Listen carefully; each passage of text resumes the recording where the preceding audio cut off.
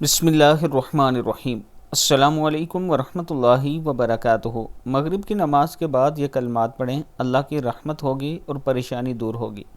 اللہم واقعتاً کواقعۃ الولید، ربنا آمنا فاغفر لنا وارحمنا وانت خیر الراحمین، حسبنا اللہ ونعم الوکیل، لا الہ الا اللہ، یا حی یا قیوم برحمتک استغیث یا ارحم الراحمین۔